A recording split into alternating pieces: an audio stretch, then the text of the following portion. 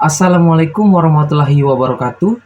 Shalom, Om Swastiastu, Namo Buddhaya, Salam Kebajikan.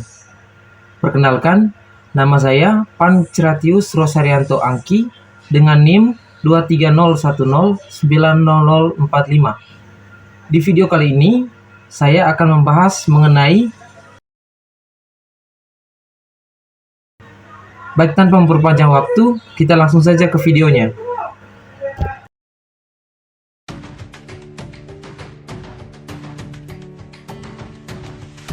Gerakan 30 September 1965 atau biasa disebut G30S PKI merujuk pada peristiwa pemberontakan yang terjadi pada malam hari tanggal 30 September hingga 1 Oktober 1965. Gerakan ini dituding didalangi oleh Partai Komunis atau PKI dan bertujuan untuk menggulingkan pemerintahan Presiden Soekarno dan mengubah negara menjadi negara komunis.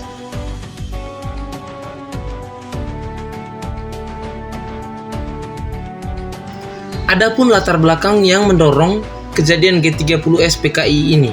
Yang pertama, kekuatan politik PKI. PKI merupakan salah satu partai komunis terbesar di dunia di luar Uni Soviet dan Tiongkok, memiliki pengaruh yang kuat di era demokrasi terpimpin Soekarno melalui konsep Nasakom, nasionalis, agama, dan komunis. Yang kedua, ketegangan dengan Angkatan Darat. Terjadi persaingan dan ketegangan ideologis antara PKI dan TNI Angkatan Darat yang anti-komunis. PKI sempat mengusulkan pembentukan Angkatan Kelima, buruh dan petani dipersenjatai, yang ditentang keras oleh Angkatan Darat. Yang ketiga, isu kesehatan Presiden. Isu mengenai kondisi kesehatan Presiden Soekarno yang menurun, memicu kekhawatiran akan kekosongan kekuasaan, mendorong spekulasi perebutan kekuasaan.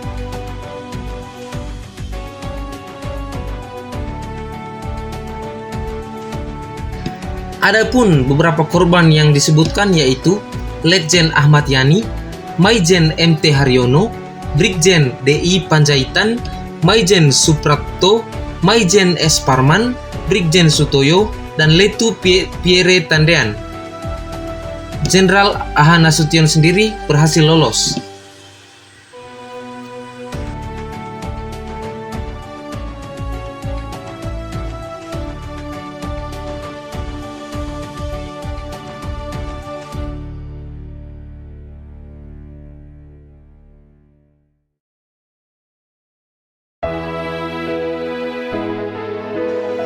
Mayor Jenderal Soeharto yang saat itu menjabat sebagai Panglima Komando Cadangan Strategis Angkatan Darat atau disebut Pangkostrat mengambil alih Komando Angkatan Darat untuk memulihkan keamanan yang ditugaskan oleh Soekarno.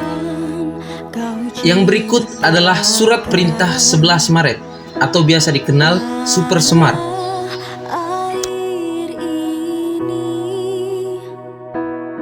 Super Semar adalah singkatan dari Surat Perintah 11 Maret, yaitu perintah yang dikeluarkan oleh Presiden Soekarno pada tanggal 11 Maret 1966 kepada Letnan Jenderal Soeharto yang kini telah menjadi pengendali keamanan setelah gerakan 30S. Adapun latar belakang dari dilakukannya Super Semar. Yang pertama, kekacauan pasca G30S. Setelah peristiwa G30S, situasi keamanan dan politik negara sangat tidak stabil. Terjadi gelombang demonstrasi besar-besaran, terutama dari mahasiswa yang tergabung dalam Kesatuan Aksi Mahasiswa Indonesia atau KAMI dan Kesatuan Aksi Pelajar Indonesia (KAPI). Yang kedua, Tritura, tuntutan rakyat yang dikenal sebagai 3 tuntutan rakyat, terus disuarakan.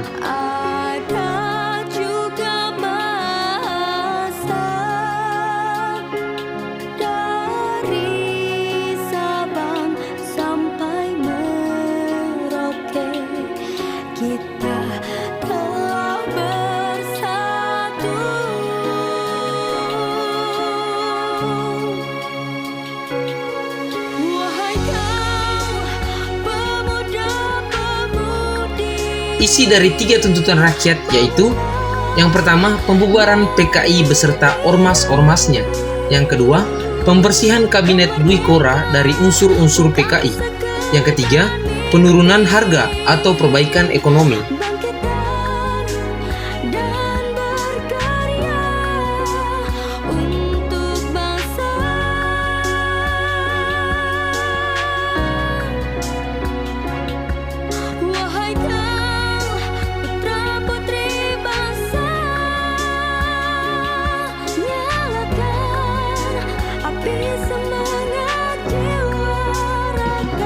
Super Semar pada intinya berisi perintah kepada Letjen Soeharto yang saat itu menjabat Menteri Panglima Angkatan Darat dan bertanggung jawab atas pemulihan keamanan dan ketertiban untuk mengambil segala tindakan yang dianggap perlu untuk menjamin keamanan dan ketenangan serta kestabilan jalannya pemerintahan dan kewibawaan Presiden. Yang kedua, menjamin keselamatan dan kewibawaan pribadi Presiden atau Panglima Tertinggi atau pemimpin besar revolusi atau mandataris MPRS demi keutuhan bangsa dan negara.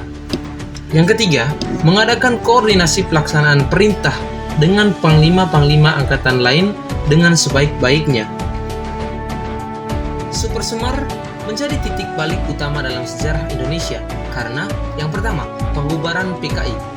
Keesokan harinya, 12 Maret 1966, Letjen Soeharto menggunakan wewenang Super Semar untuk membubarkan PKI dan ormas-ormasnya serta menyatakan PKI sebagai organisasi terlarang.